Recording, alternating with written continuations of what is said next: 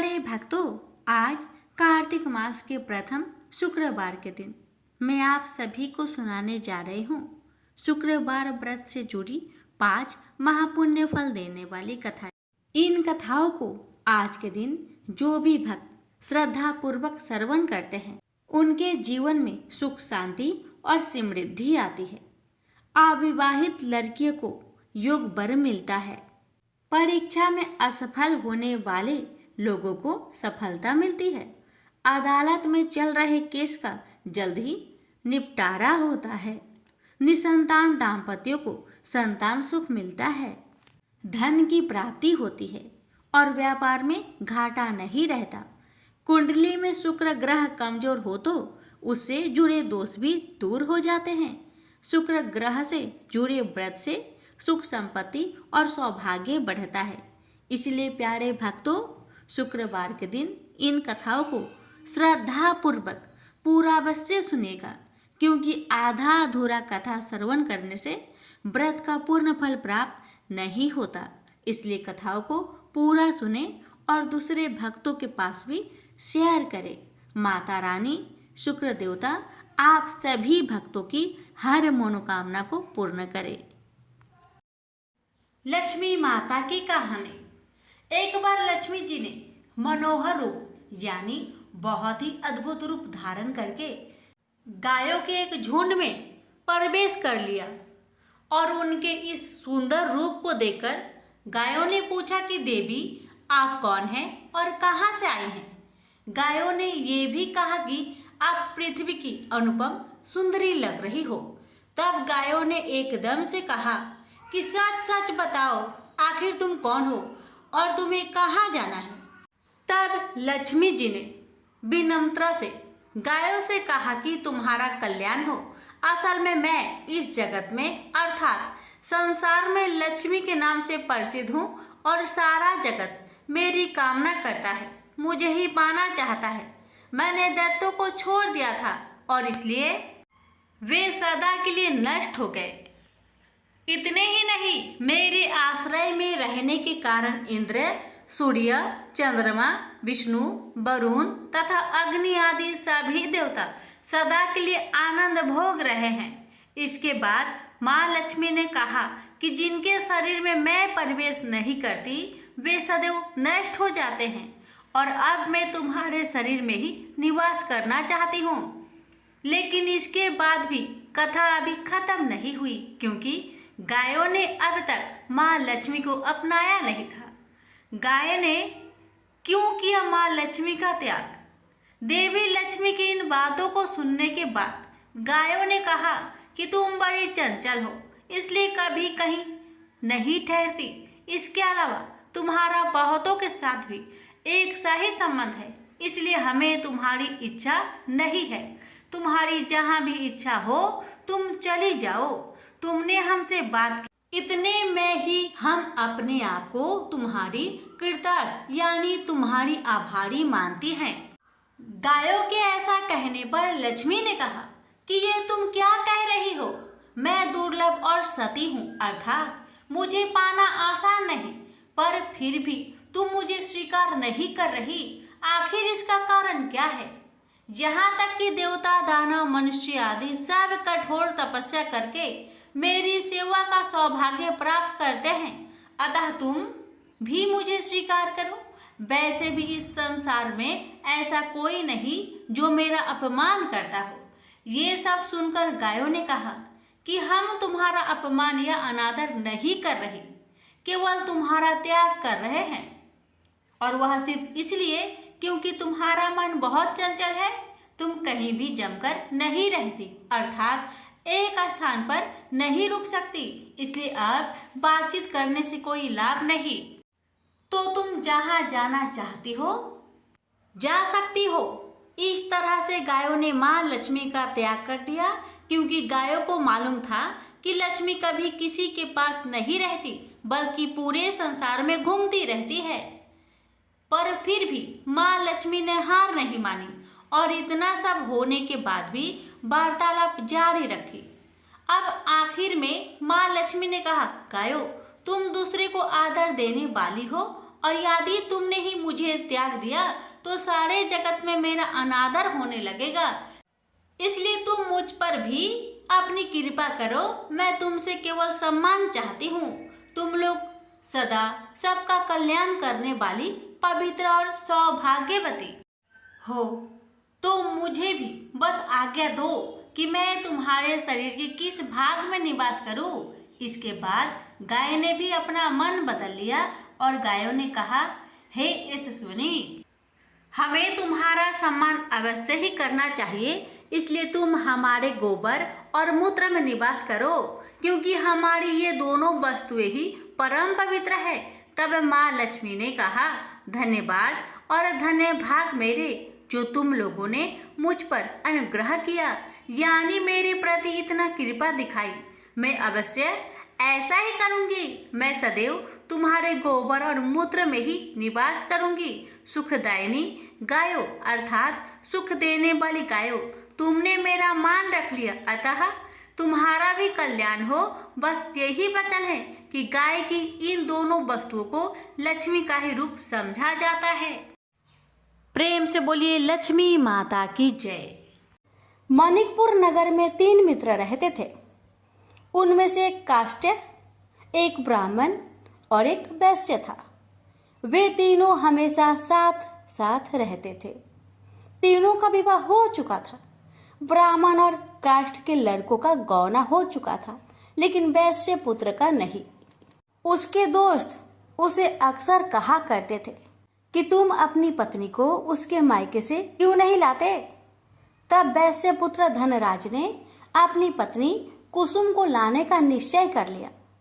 अगले ही दिन धनराज ने माता पिता से अपनी पत्नी कुसुम को लेने जाने की बात कही। उसकी बात सुनकर वे हैरान होते हुए बोले, बेटे, अभी शुक्र अस्त हो रहा है, इसलिए अभी बहू को लाना उचित नहीं है। वह नहीं माना। वह कुसुम को लाने ससुराल पहुंच गया। ससुराल में धनराज की खूब आव भगत की गई। धनराज ने कुसुम को विदा करने के लिए कहा तो उसके सास ससुर बोले, बेटे, अभी शुक्र अस्त हो रहा है, ऐसे में लड़की को विदा नहीं करते। कुछ दिन ठहर जाओ, फिर हम कुसुम को खुशी खुशी विदा कर देंगे। लेकिन धनराज वहां भी जीत पर अड़ गया और कुसुम को लेकर ही वहां से विदा हुआ। धनराज कुसुम को जब अपने घर ले जा रहा था तो अचानक बैल तेजी से भागने लगे। रास्ते में पड़े पत्थर से टकराने से गाड़ी का पहिया टूट गया। फलस्वरूप कुसुम को काफी चोट आई। दोनों को आगे की यात्रा पैदल ही करनी पड़ी। सुनसान रास्ते से गुजरते हुए डाकुओं ने उन्हें लूट लिया।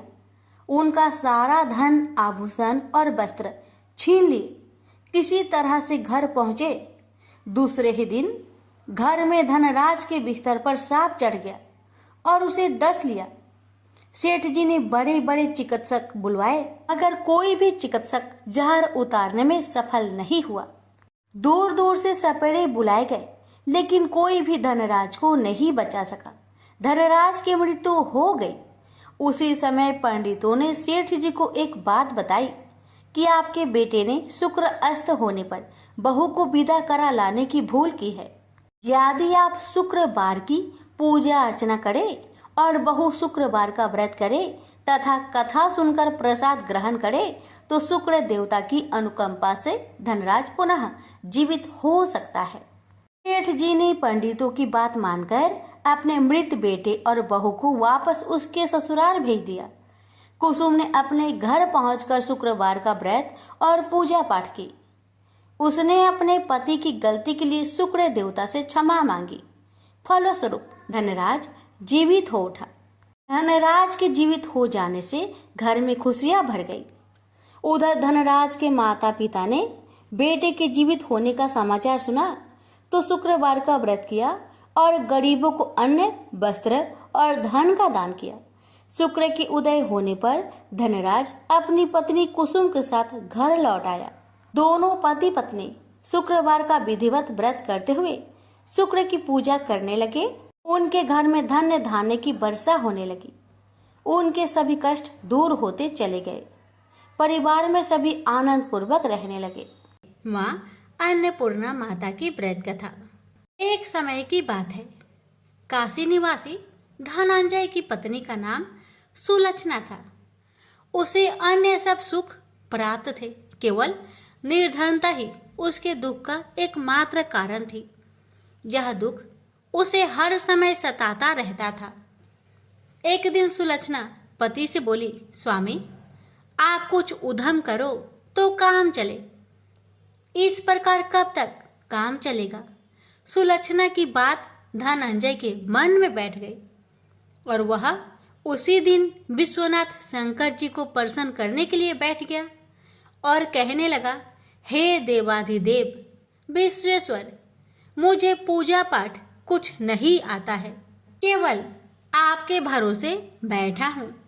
इतनी विनती करके वह 2-3 दिन भूखा प्यासा बैठा रहा। यह देखकर भगवान शंकर ने उसके कान में अन्नपूर्णा अन्नपूर्णा अन्नपूर्णा इस प्रकार 3 बार कहा। यह कौन क्या कह गया? इसी सोच में धनंजय पड़ गया कि मंदिर से आते ब्राह्मणों को देखकर पूछने लगा, पंडित जी, अन्नपूर्णा कौन है? ब्राह्मणों ने कहा, तू अन्न छोड़कर बैठा है, सो तुझे अन्न की बात सूझती है। जा घर जाकर अन्न ग्रहण कर। धनंजय घर गया, स्त्री से सारी बात कही। वह बोली, नाथ, चिंता मत करो, स्वयं शंकर जी ने यह मंत्र दिया है, वे स्वयं ही खुलासा करेंगे।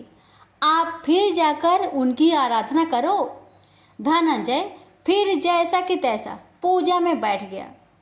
रात्रि में शंकर जी ने आज्ञा दी और कहा, तू पूर्व दिशा में चला जा। वहां अन्नपूर्णा का नाम जपता जाता और रास्ते में फल खाता, झरनों का पानी पीता जाता।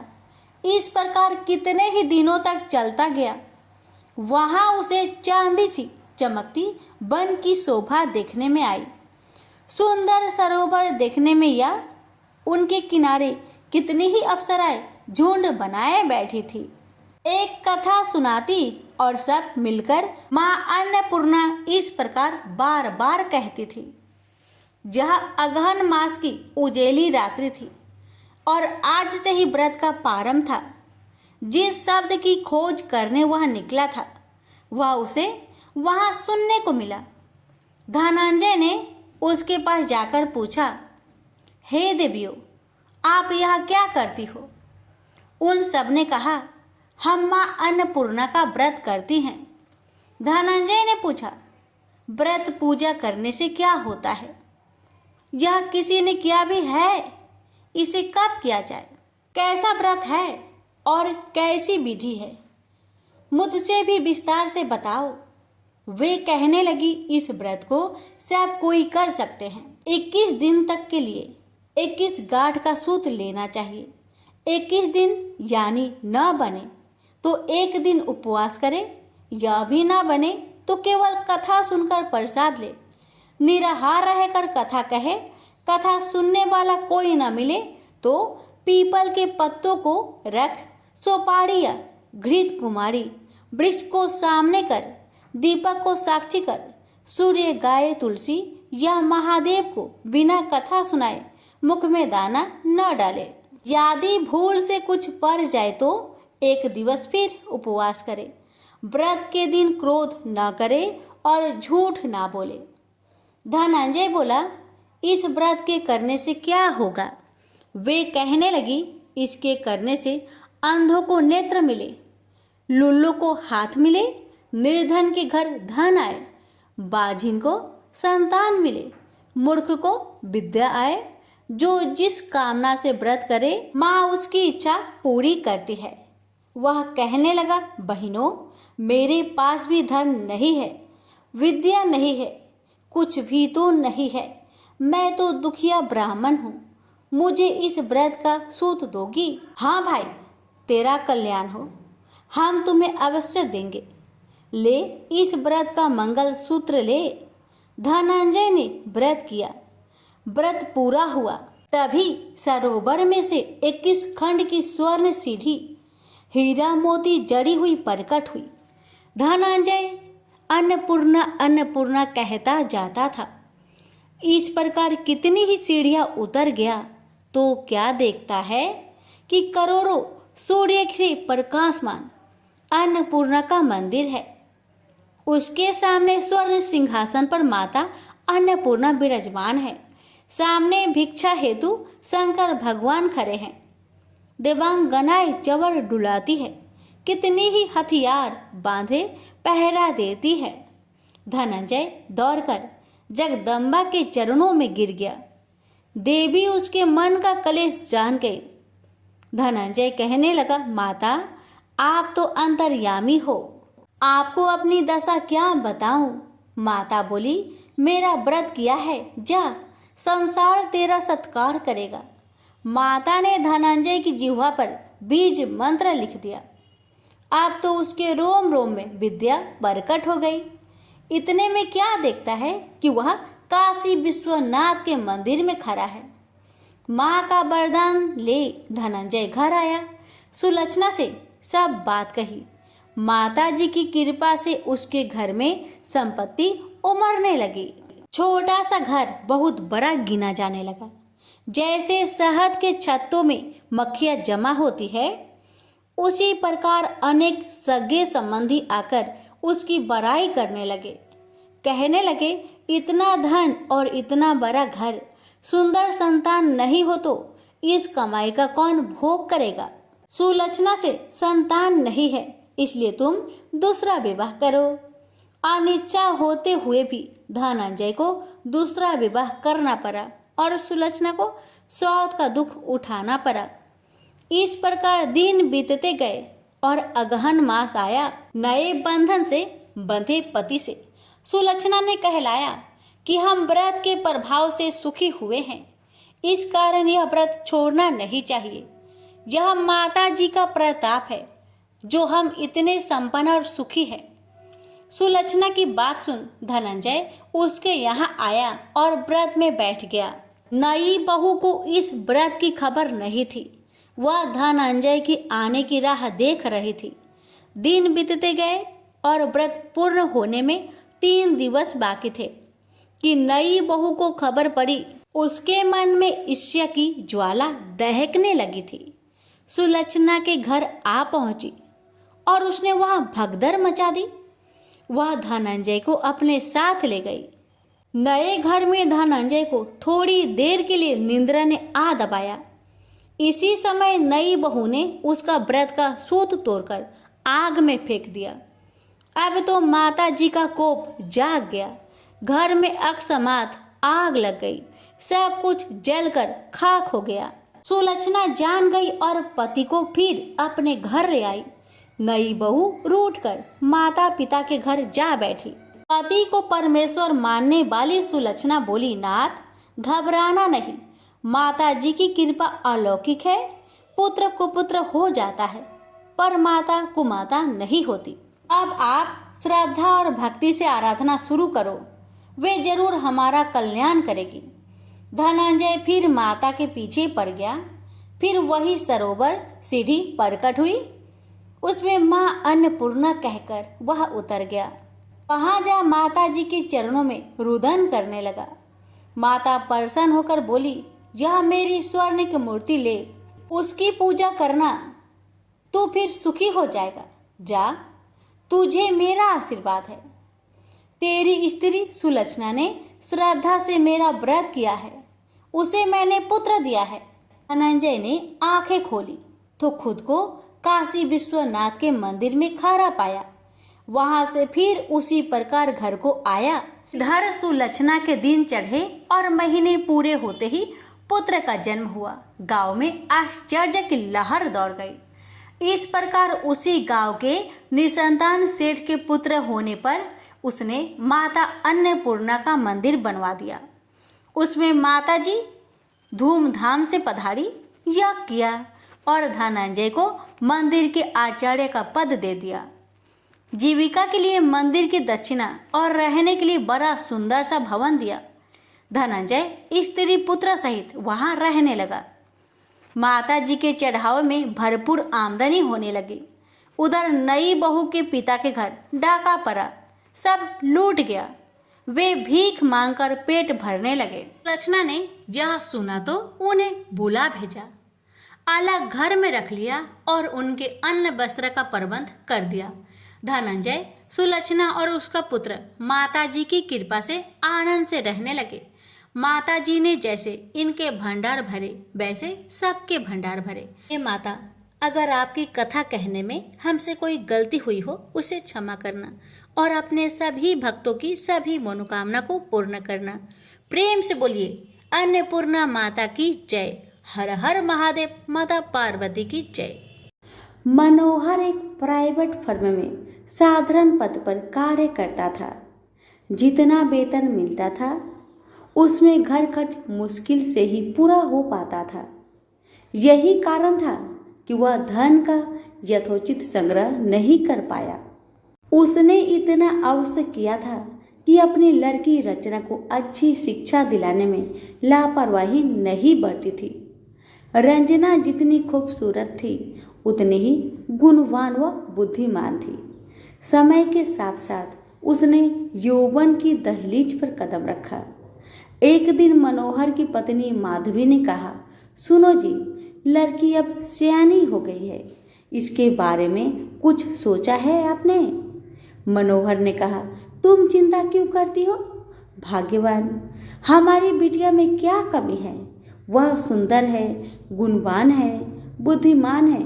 इसका हाथ मांगने के लिए तो लड़के वाले की लाइन लग जाएगी, तुम देखती रहना। लेकिन माँ तो माँ ही होती है। उसे बदलते समय का अनुभव भी था। वह जानती थी कि दहेज की समस्या के दिन प्रतिदिन बढ़ती ही जा रही है और दहेज ना देने पर तरह तरह के घटने वाली दुर्घटनाओं से भी वह परिचित थी। समय का चक्र निर्वाध गति से चलता रहा। रंजना ने शिक्षा भी पूरी कर ली। उसने बीए प्रथम श्रेणी से पास करके घर में खुशियां ला दी थी। लेकिन माँ को तो बस एक ही चिंता थी, किसी भी तरह रचना के हाथ पीले हो जाए।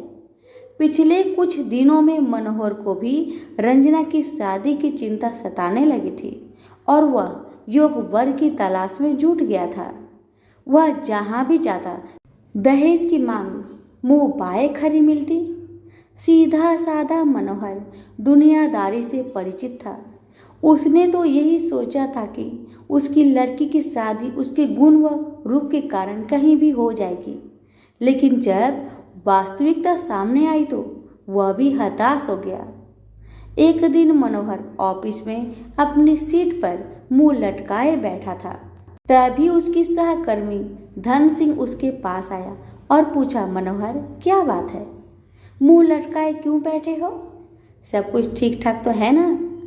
मनोहर ने अपनी सारी समस्या उसके सामने रखी तो वह बोला, आजकल माँ वैभव लक्ष्मी के काफी चमत्कार सुनने में आ रहे हैं।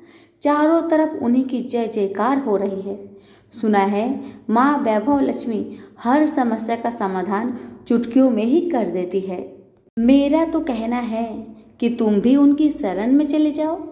बिटिया के लिए योग वर खुद ब खुद तुम्हारे द्वार पर आ जाएगा। धन सिंह की बातों से मनोहर का विवेक जाग उठा और उसने पत्नी सहित माँ वैभव लक्ष्मी के 21 शुक्रवार तक व्रत रखने का संकल्प लिया। व्रत के दिन पति पत्नी माँ का ही गुणगान करते रहे और शाम को पूजन कर भोजन करते हैं। इस तरह जब 7वें शुक्रवार का व्रत था, उसी दिन उसकी फर्म का मालिक सेठ दीनदयाल उसके घर पहुंचा। उन्हें देखकर पहले तो मनोहर चौंका, फिर आओ भगत में जुट गया। सेठ दीनदयाल ने मनोहर से कहा, मनोहर बुरा न मानना, तो मैं एक बात कहूँ। मनोहर ने कहा, आप भी कैसी बातें करते हैं सेठ जी, आप तो बस आदेश करें। सेठ दीनदयाल ने कहा, तुम्हारी बेटी रचना मुझे और मेरे लड़के राजेश को बहुत पसंद है। मैं चाहता हूँ कि इन दोनों की शादी कर दी जाए। तुम्हें कोई आपत्ति हो तो मुझे कहो। मनोहर को कानों से सुने शब्द पर विश्वास नहीं हुआ। अपनी प्रसन्नता को मन में दबाते हुए बोला, सेठ जी, कहाँ आप राजा भोज के सामान और कहाँ मैं गंगू तेली जैसा। आपके सामने मेरी हैसियत ही क्या है। सेठ दीनदयाल ने उसकी बात को भांपते हुए कहा, मनोहर, तुम किसी प्रकार की चिंता मत करना। यह शादी दहेज के बिना होगी। बस मुझे तो रचना जैसी गुणवान लड़की ही चाहिए। मनोहर और उसकी पत्नी माधवी ने इसे माँ का ही चमत्कार माना और एक दूसरे की तरफ देखते हुए स्वीकृति दे दी। फिर रचना की शादी बड़े धूमधाम से हुई, जिसे देखकर सभी दंग रह गए। शादी के बाद मनोहर और उसकी पत्नी 21 शुक्रवार व्रत पूरे किए। व्रत के अंतिम दिनों दोनों ने 21 कन्याओं को भोजन कराया तथा माँ वैभव लक्ष्मी का विधिवत पूजन कर व्रत कथा की 21 पुस्तकें माँ के श्रद्धालु भक्तों में बांटी। माँ की कृपा से मनोहर माधवी सुखपूर्वक रहने लगे। इधर 9 माह बाद रचना को पुत्र रत्न की प्राप्ति हुई। ये सब माँ के चमत्कार की बदौलत ही संभव हो पाया था। तो सभी मिलकर बोलिए, माँ वैभव लक्ष्मी की जय। कथा अच्छी लगे तो दूसरों को शेयर अवश्य करें। कथा।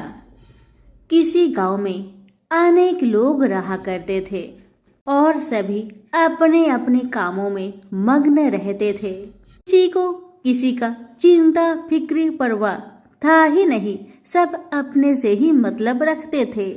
इसी कारण से भजन कीर्तन, भक्ति भाव, दया माया, परोपकार जैसे संस्कार कम हो गए। उस गांव में बुराइयां बढ़ गई थी। शराब, जुआ, रेस, व्यभिचार, चोरी डकैती वगैरह बहुत गुना शहर में होता रहता था। इसके बावजूद उस गांव में कुछ अच्छे लोग भी रहा करते थे। ऐसे ही लोगों में शीला और उनके पति की गृहस्थी मानी जाती थी। शीला बहुत धार्मिक प्रवृत्ति की थी और उसका स्वभाव संतोषी था। उनका पति भी विवेकी और सुशील था। शीला और उसका पति कभी किसी की बुराई नहीं किया करते थे और प्रभु भजन में अच्छी तरह समय व्यतीत करते थे। शहर के लोग उनकी गृहस्थी की सराहना करते थे। देखते ही देखते दिन बीतने लगा, समय बदल गया। शीला का पति बुरे लोगों से दोस्ती कर बैठा। अब होना क्या था वो तो हम सभी जानते हैं। अच्छे संगति का असर हमेशा अच्छा ही होता है, बुरा संगति का असर हमेशा बुरा ही होता है। इसलिए हमें हमेशा अच्छे संगति से संगत रखना चाहिए, बुरे से नहीं। अब जब शीला का पति बुरे लोगों से दोस्ती कर बैठा, अब वह जल्द से जल्द करोड़पति बनने का ख्वाब देखने लगा। इसलिए वह गलत रास्ते पर चल पड़ा। फलस्वरूप वह रोडपति बन गया। कहा जाता है ना, लालच बुरी बला है, इसलिए लालच नहीं करना चाहिए। अपना ईमानदारी और मेहनत से आगे बढ़ना चाहिए। अब जब शीला का पति रोडपति बन गया, यानी रास्ते पर भटकते भिखारी जैसी उसकी हालत हो गई थी। शराब, जुआ, रेस, चरस, गांजा वगैरह बुरी आदतों में शीला का पति भी फंस चुका था। दोस्तों के साथ उसे भी शराब की आदत बुरी तरह लग गई थी। इस प्रकार उसने अपना सब कुछ रेस जुए में गवा दिया। अब तो शीला अपने पति के बर्ताव से बहुत दुखी रहने लगी, किंतु उसे भगवान पर भरोसा था कि सब कुछ ठीक हो जाएगा। यही सोचकर वह अपने पति के बुरे बर्ताव को सहने लगी। शीला अपना अधिकांश समय प्रभु की भक्ति में बिताने लगी। अचानक एक दिन दोपहर को उनके द्वार पर किसी ने दस्तक दिया।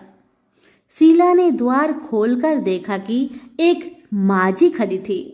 उनके चेहरे पर अलौकिक तेज निखर रहा था। उनकी आंखों में से मानो अमृत की वर्षा हो रहा था। उनका भव्य चेहरा करुणा और प्यार से छलक रहा था। उनको देखते ही शीला के मन में अपार शांति छा गई, सारी चिंता मिट गई। शीला के रोम रोम में आनंद छा गया। शीला उस माजी को आदर के साथ अपने घर ले आई।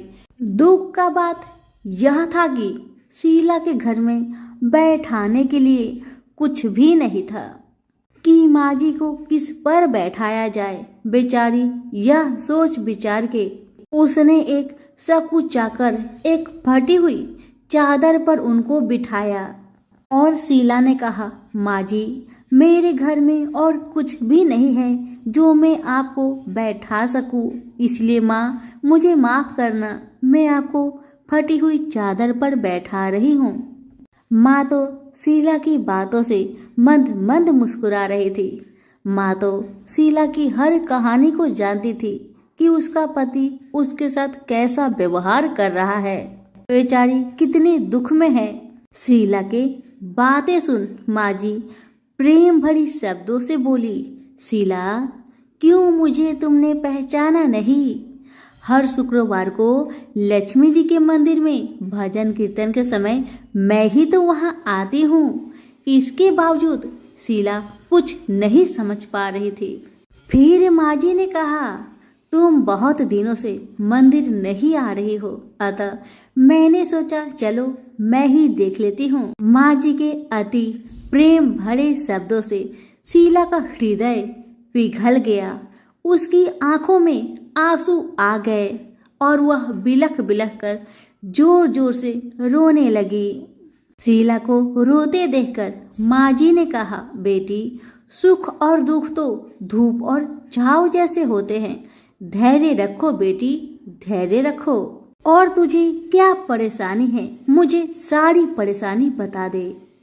माजी के व्यवहार से शीला को काफी संबल मिला और सुख की आस में उसने माजी को अपनी सारी दुख की कहानी सुना दी। कहानी सुनकर माजी ने कहा, कर्म की गति न्यारी होती है, हर इंसान को अपने कर्म भुगतने ही पड़ते हैं। इसलिए बेटी तू चिंता मत कर, अब तू कर्म भुगत चुकी है, अब तुम्हारे सुख के दिन अवश्य आएगी। तू माँ लक्ष्मी जी की भक्त है। माँ लक्ष्मी जी तो प्रेम और करुणा की अवतार है।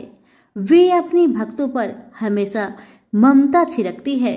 इसलिए तू धैर्य रखकर माँ लक्ष्मी का व्रत कर, इससे सब कुछ ठीक हो जाएगा।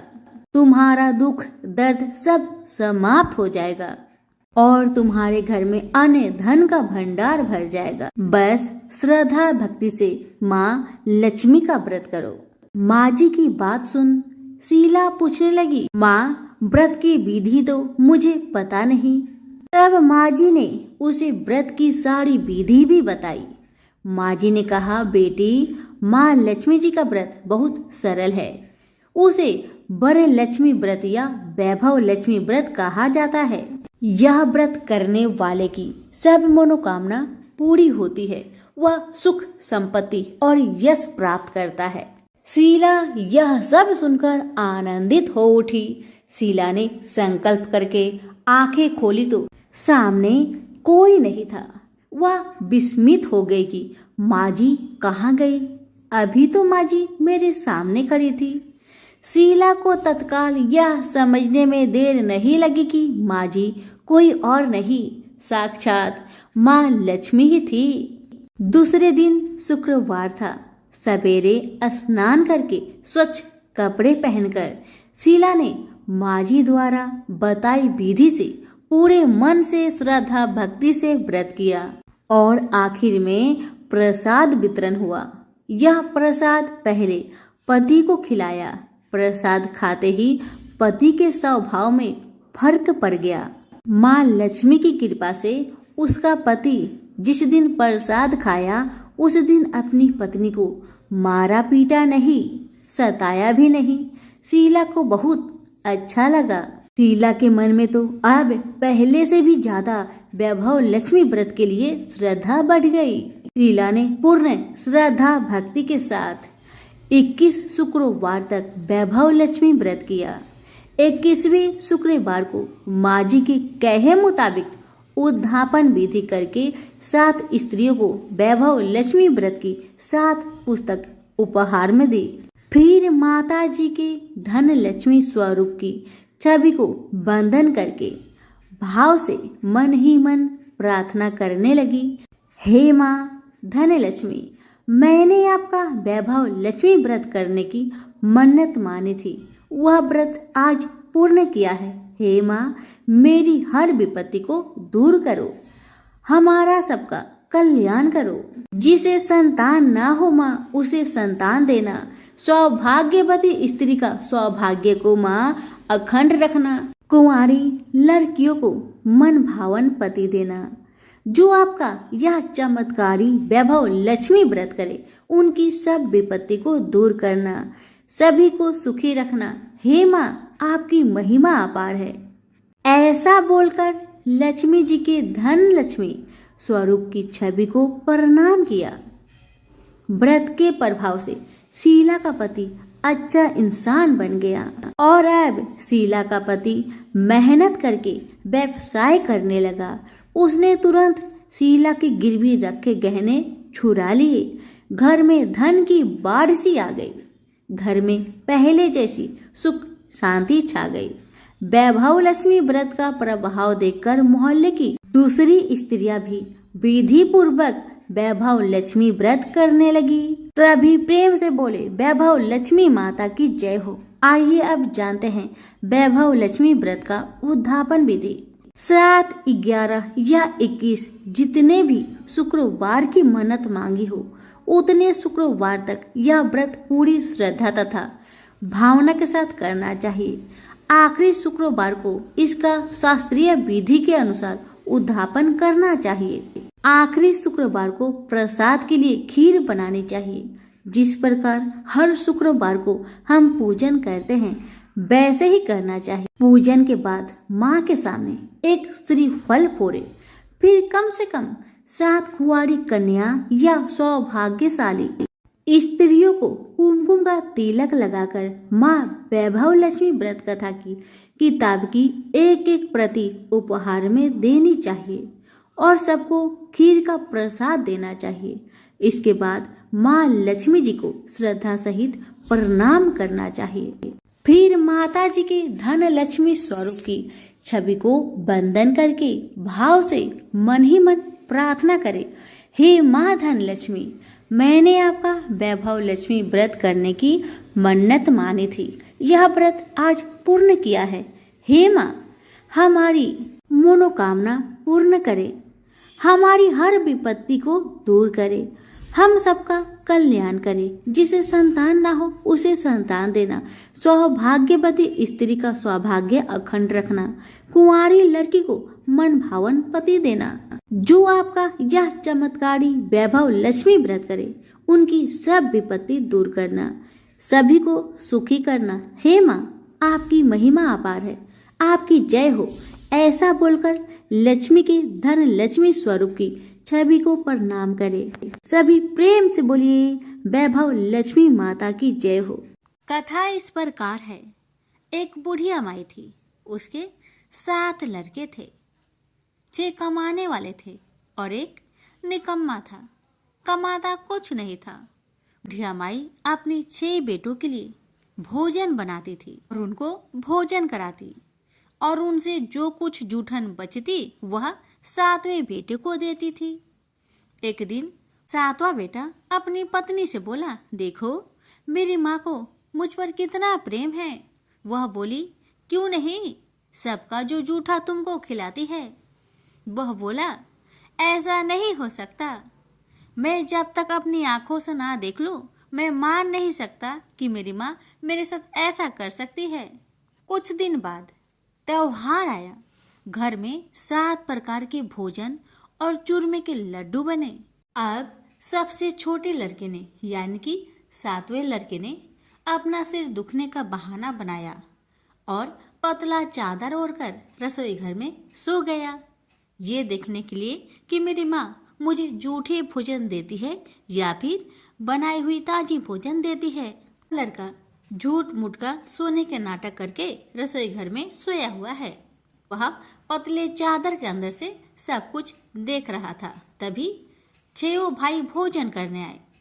उसने देखा माँ ने उनके लिए सुंदर आसन बिछाया, नाना प्रकार की रसोई परोसी और आग्रह करके उन्हें जिमाया और वह देखता रहा। तब 6 भाइयों ने भोजन करके उठा। तब माँ ने क्या किया कि उनकी बची हुई भोजन, जूठी भोजन थालियों में से इकट्ठा करके सभी लड्डुओं के टुकड़ों को उठाकर एक लड्डू बनाया और सभी जूठन को साफ करके बुढ़िया ने अपने सबसे छोटे लड़के को पुकारा, बेटा 6 भाई भोजन करके चले गए, अब तू ही बाकी है, उठ और खाना खा ले। तब वह बेटा कहने लगा, माँ मुझे आज भूख नहीं लगा है, मुझे भोजन नहीं करना, मैं अब जहाँ नहीं रहूँगा, मैं परदेश चला जाऊँगा। अपने बेटे की बातें सुन माँ ने कहा, बेटा तू कल जाना चाहता है ना, कल क्यों जाएगा, तुम आज ही चला जा। तब बेटा बोला, हाँ माँ मैं आज ही चला जा रहा हूँ। यह कहकर वह घर से निकल गया। चलते समय पत्नी की याद आई। वह गौशाला में उपले थाप रही थी। वहां जाकर वह बोला, हम जावे परदेश, आवेंगे कुछ काल, तुम रहियो संतोष से, धर्म अपनो पाल। पत्नी बोली, जाओ पिया आनंद से, हमरो सोच हटाए, राम भरोसे हम रहे, ईश्वर तुम्हें सहाय। 2 निशानी आपन, देख धरो में धीर, सुधी मती हमारी, बिसारियो रखियो मन गंभीर। पति बोला, मेरे पास तो कुछ नहीं, यह अंगूठी है, सुले और अपनी कुछ निशानी मुझे भी दे।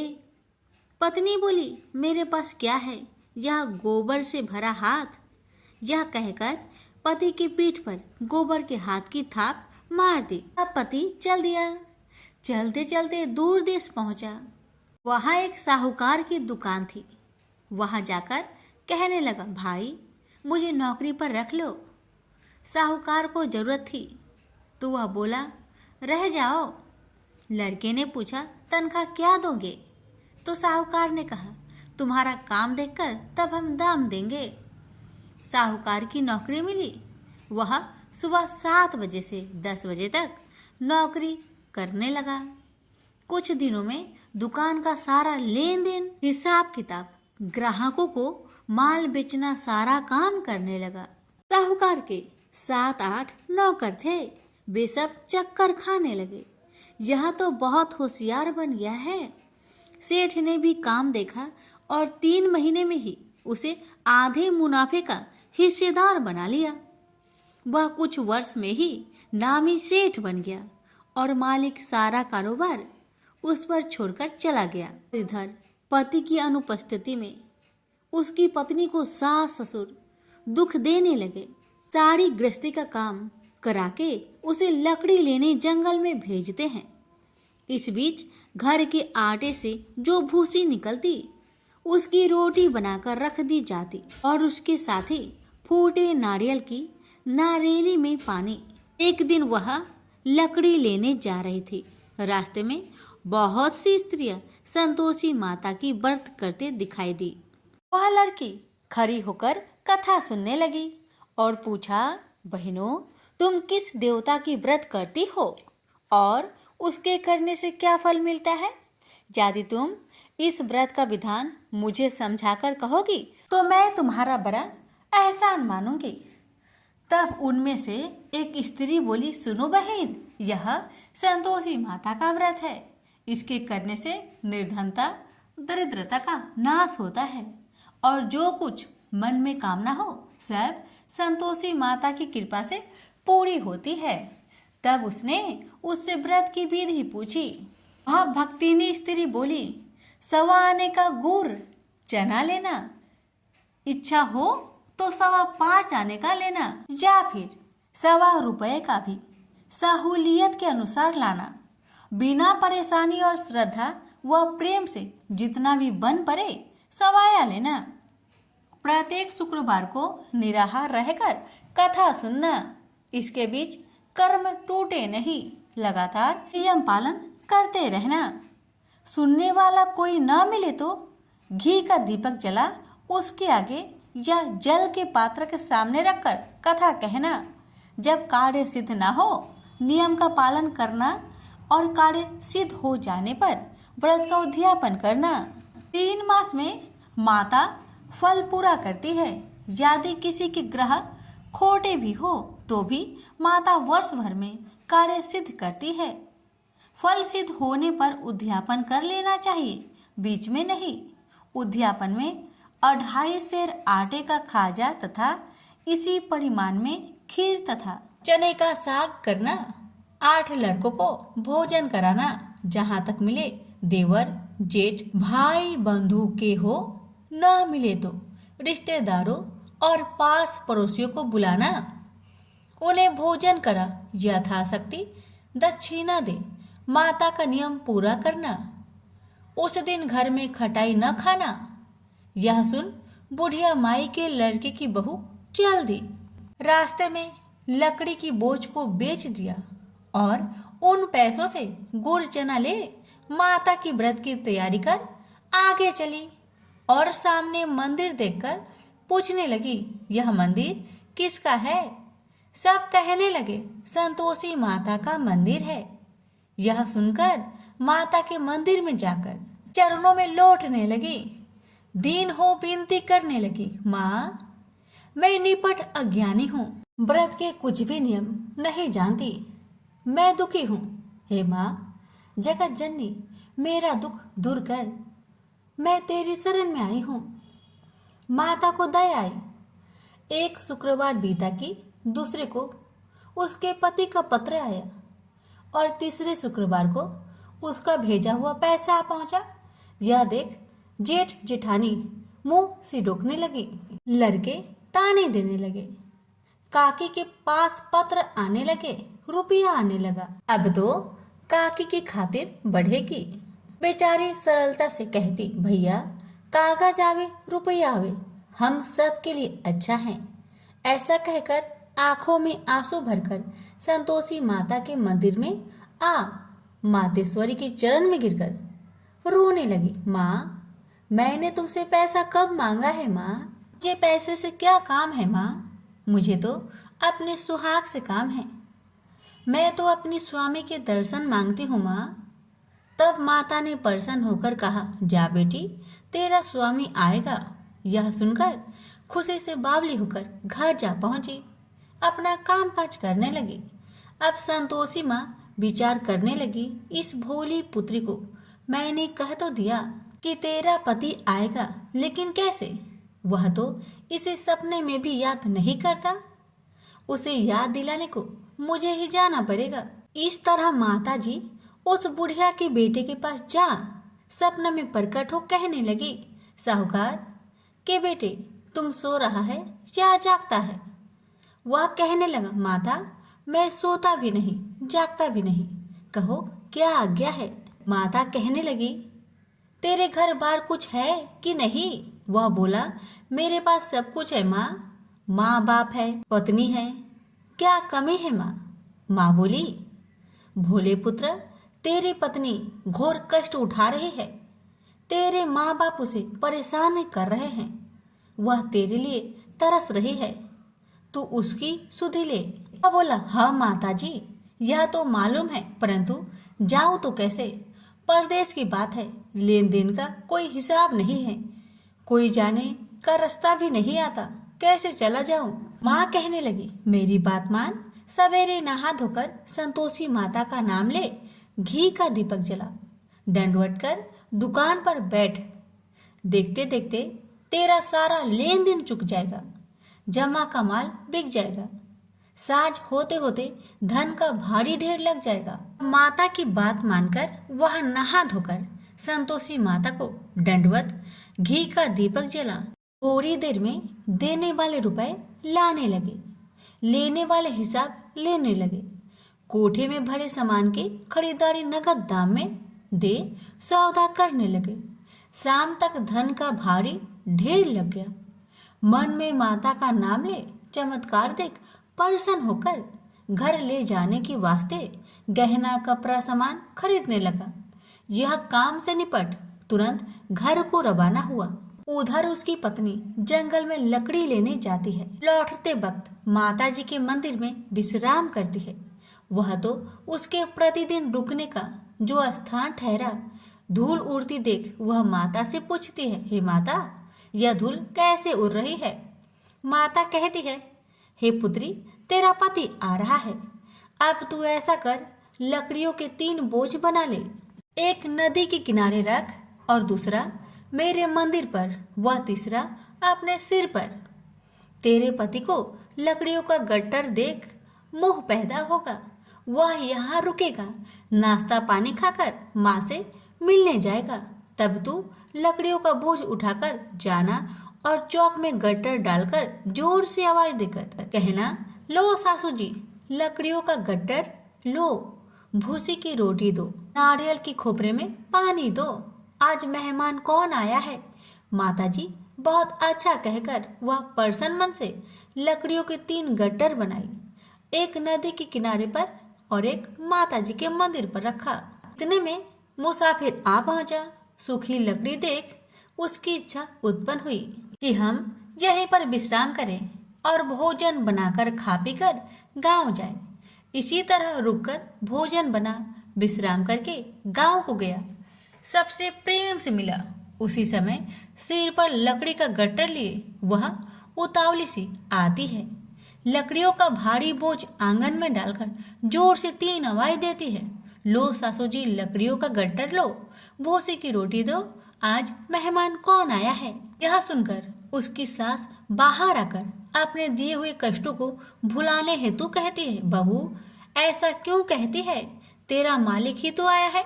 आ बैठ, मीठा भात खा, भोजन कर, कपड़े पहन, गहने पहन। उसकी आवाज सुन उसका पति बाहर आता है। अंगूठी देख व्याकुल हो जाता है और माँ से पूछता है, माँ यह कौन है? माँ ने कहा, बेटा यह तेरी पत्नी है। जब से तू गया है तब से सारे गांव में भटकती फिरती है, घर का कामकाज कुछ नहीं करती, 4 पहर आकर खा जाती है। वह बोला, ठीक है माँ, मैंने इसे भी देखा और तुम्हें भी। अब दूसरे घर की ताली दो, मैं उसमें रहूंगा। माँ बोली, ठीक है, जैसी तेरी मर्जी। तब वह दूसरे मकान की 3री मंजिल का कमरा खोल सारा सामान जमाया। एक दिन में ही राजा के महल के जैसा ठाट बाट बन गया। अब क्या था, बहू सुख भोगने लगी। इतने में शुक्रवार आया। उसने पति से कहा, मुझे संतोषी माता का व्रत उद्यापन करना है। पति बोला, खुशी से कर लो। वह उद्यापन की तैयारी करने लगी। जेठानी के लड़कों को भोजन के लिए कहने गई। उन्होंने मंजूर किया, परंतु पीछे से जेठानी ने अपने बच्चों को सिखाया, देखो भोजन के समय खटाई मांगना, जिससे उसका उद्यापन पूरा ना हो। अब तो बच्चे जिमने आए, खीर खाना पेट भर के खाए, परंतु बाद में खाते ही कहने लगे, हमें खटाई दो, खीर खाना हमको नहीं भाता। देखकर आरुचि होती है। वह कहने लगी, भाई खटाई किसी को नहीं दी जाएगी, यह माँ संतोषी का प्रसाद है। लड़के उठ खड़े हुए, बोले, पैसे लाओ। भोली बहू कुछ जानती नहीं थी।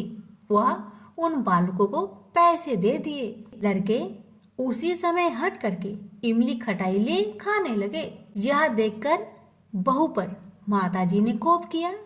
राजा के दूत उसके पति को पकड़कर ले गए। जेठ जेठानी मन माने वचन कहने लगे, लूट लूट कर धन इकट्ठा कर लाया है, अब सब मालूम पड़ जाएगा जब जेल की मार खाएगा। बहू से यह सहन नहीं हुआ। रोती हुई बहू माताजी के मंदिर गई। कहने लगी, हे माता, तुमने क्या किया? हंसाकर अब भक्तों को रुलाने लगी। माता बोली, बेटी तूने उद्यापन करके मेरा व्रत भंग किया है। वह कहने लगी, माता मैंने कुछ अपराध किया है क्या? मैंने तो भूल से लड़कों को पैसे दे दिए थे, मुझे क्षमा करो, मैं फिर तुम्हारा उद्यापन करूंगी। माँ बोली, अब भूल मत करना।